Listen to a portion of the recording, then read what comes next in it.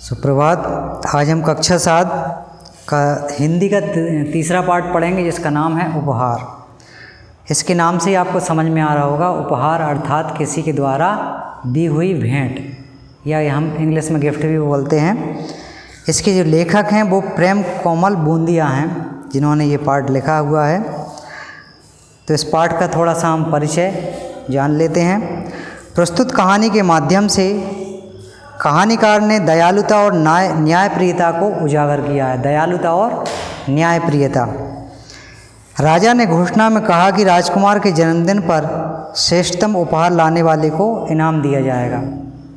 और गरीब दीनू भी कुछ रोटियां लेकर राजा से मिलने के लिए निकला और रास्ते में उन्हें कुछ भूखों और ज़रूरतमंदों को एक रोटी छोड़कर सारी रोटियां खिला देता है।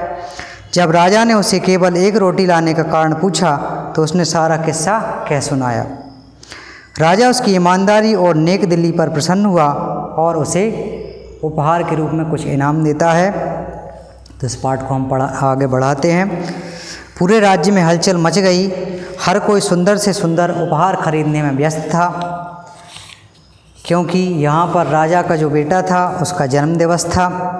बड़े बड़े सेठ साहूकारों ने सोने चांदी के सुंदर सुंदर खिलौने या अन्य चीज़ें बनवाईं।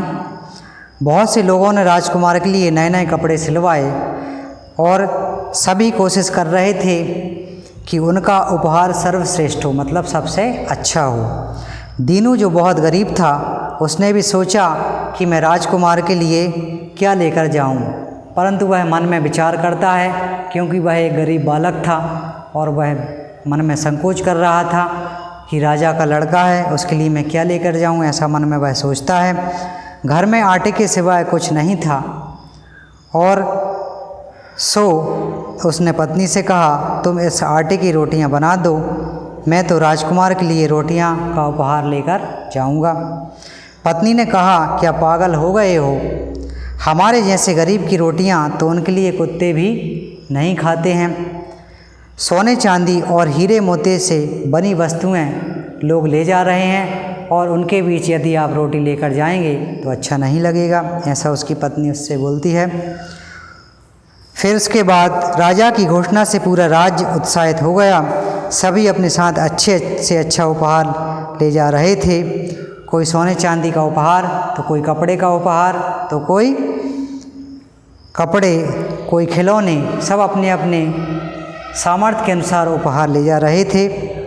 दीनू भी अपने साथ उपहार में रोटियां लेकर जाता है। परंतु यहाँ पर एक बात लेखक कहता है कि दीनू की जो भावना थी वह काफ़ी बलवती थी, मतलब उसकी भावना प्रबल थी, अच्छी थी, बड़ी थी। यहाँ राजा के प्रति उसकी भावना और उद्गार को स्पष्ट किया गया है। राजा ने उसे कुर्सी पर बैठाया और सभी जनों के बीच ऐलान किया कि आज सबसे अच्छा उपहार यदि कोई लाया तो उसको उपहार के रूप में उपहार दिया जाएगा। अब यहाँ पर सभी का उपहार देखा जाता है और उसके बाद दीनू का उपहार देखा जाता है। तो राजा देखता है, दीनू राजभवन में पहुँचा। उसके पास सिर्फ एक रोटी बची थी। उसने राजा को रास्ते में घटी हर बात साफ साफ बता दी। राजा उसकी भावना एवं उदारता से अति प्रसन्न हुआ और उसने आदर सहित उसे अपने बराबर बैठाया। उसने बताया कि दीनू का उपहार सर्वश्रेष्ठ माना जाए। ऐसा मतलब क्या बताया उसने? तो दीनू बताता है कि मैं जब रोटी लेकर चला घर से, तो मुझे रास्ते में कुछ भिखमंगे मिले, कुछ गरीब मिले, वह भूख से तड़प रहे थे, तो मैंने उनको कुछ रोटियां खिला दी। परंतु ये एक रोटी जो शेष है वह मैं उपहार के रूप में राजकुमार के लिए लाया हूँ।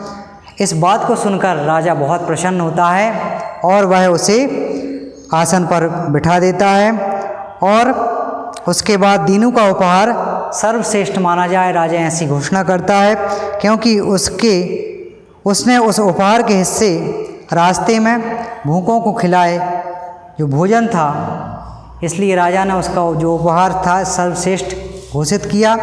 इसलिए उसके साथ उन भूखे लोगों की दुआएं भी राजकुमार को मिली।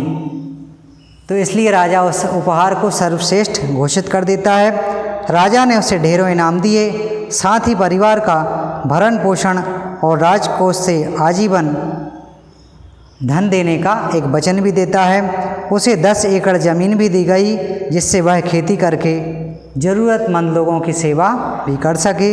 यहाँ उपहार से अधिक उसके पीछे की भावना का महत्व दिखाया गया है। तो कैसे राजा एक व्यक्ति से प्रभावित होता है जिसके मन में समाज सेवा की एक भावना थी, लोकहित की भावना थी, एक उपहार की भावना थी, इसलिए वह उसके उपहार को एक सर्वश्रेष्ठ उपहार मानता है और उसके उपहार से प्रभावित होकर उसको वह उपहार देता है और राजकोष से आजीवन उसे कुछ धन देता है और 10 एकड़ ज़मीन भी उसे उपहार में दे देता है। तो यहाँ पर जो पाठ था जिसका नाम था उपहार, आज हमने ये पाठ पढ़ा। आशा करता हूँ आपको पाठ समझ में आया होगा। धन्यवाद।